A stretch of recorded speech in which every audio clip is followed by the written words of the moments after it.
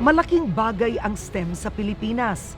Alam niyo ba that in the year 2025, 75% of the jobs available will be coming from STEM? At dapat equal o patas ang representation ng mga kababaihan dyan. Para simulan ang SheSTEM Scholarship Awards, kami po ay nakipag-partner sa UP. Hinanap po namin ang pinakamagagaling, pinakamatatalino, pinakadesididong mga kababaihan na nag-aaral ng STEM. Naghanap kami ng 10 mga kababaihan para maging SheSTEM's Scholarship Awardees.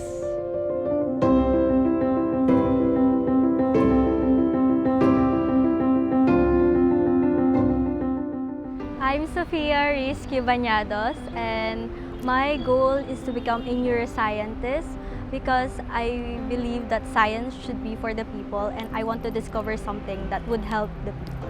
Ang edge ng kababaihan sa STEM, sa tingin ko, mas makakatulong sila to break gender norms and mas manonormalize yung mga kababaihan sa STEM.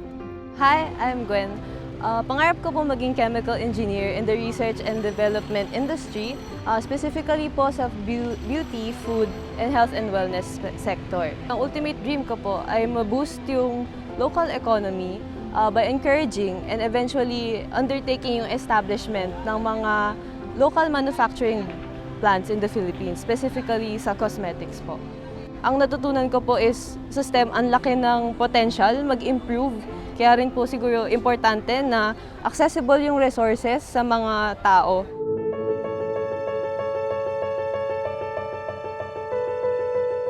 I'm Jaira Bueno, and my dream is to have a master's in planetary health so that I can learn more about the intersection of the environment and human health with the end goal of serving the communities.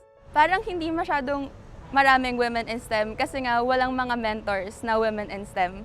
Mahirap kasing i-visualize yung sarili mo sa field pag wala kang nakikitang kagaya mo dun sa field na yun. I am Precious. I dream to become a food technologist that helps fight food insecurity dito sa Philippines. As a woman in STEM, especially as a STEM student, I think it's really intimidating na yung math or yung science is for men dahil matalino sila kaysa women. Pero that is wrong. We are equal naman.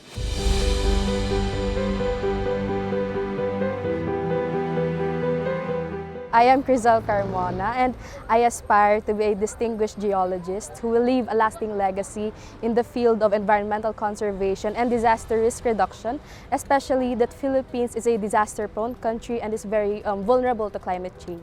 So ang Pilipinas po ay marami tayong resources. So ang mga bato po natin ay rich sa mga minerals na may value. So kung hindi po ito i-exploit ng mga masasamang entities, maaari po itong mag-cause ng development po, especially po sa mga far-flung areas natin na maaaring makatulong din po sa mga may hirap na taong nakatira doon.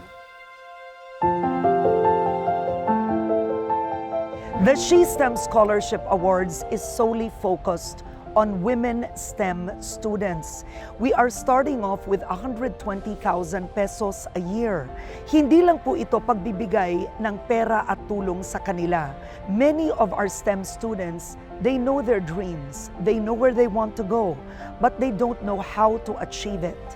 We at SheSTEMs, what we do is aim to nurture them, mentor them, and connect them. Ito ang mahalaga para sa ating mga kababaihang estudyante.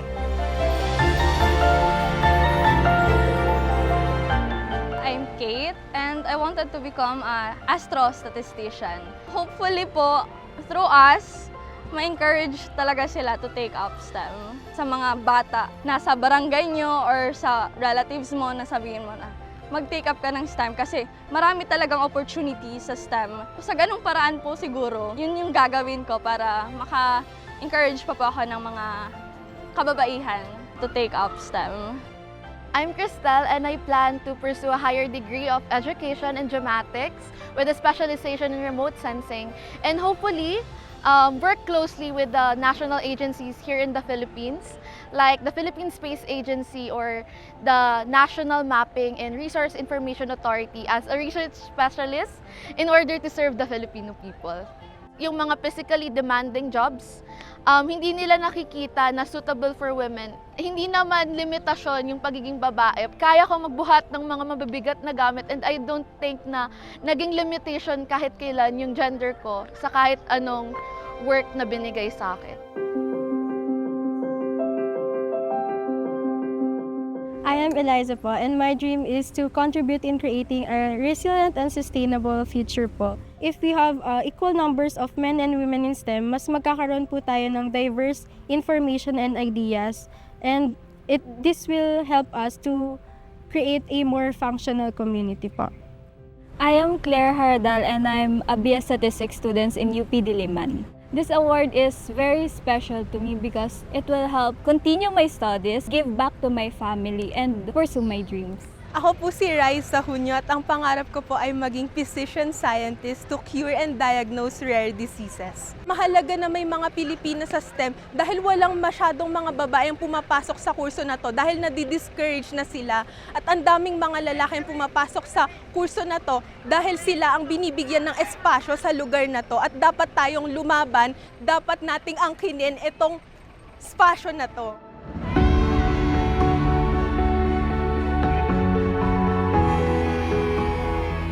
The She STEM Scholarship Awards is one of the first projects in support of UN Women Philippines of the UN Women Goodwill Ambassador. Simula lang po ito. Sana po ay suportahan niyo kami sa iba't ibang mga proyekto pa para paigtingin, palakasin, palawigin ang mga kababaihan sa anumang industriya.